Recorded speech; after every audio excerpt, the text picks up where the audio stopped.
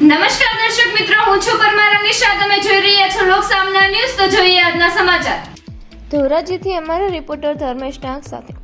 ધોરાજી નજીક ખાનગી બસ પલટી, 22 મુસાફરો ઘાયલ, 6 ગંભીર. રોડ પર ચીચિયારીઓ ગુંજી ઉઠી. બસની એક્સલ ભાંગી જતા ડ્રાઈવરે સ્ટેરિંગ પરથી કાબુ ગુમાવ્યો.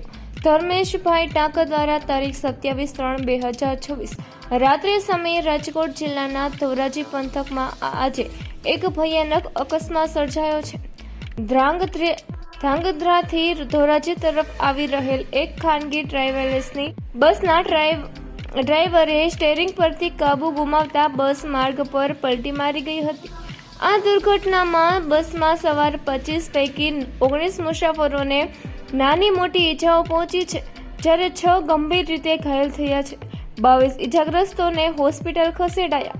અકસ્માત સર્જાતા સિંચાસીચ મચી ગઈ હતી, જેને પગલે સ્થાનિક લોકો તાત્કાલિક મદદે દોડી આવ્યા હતા. ઈજાગ્રસ્તોમાં મહિલાઓ, પુરુષો અને વૃદ્ધોનો સમાવેશ થાય છે.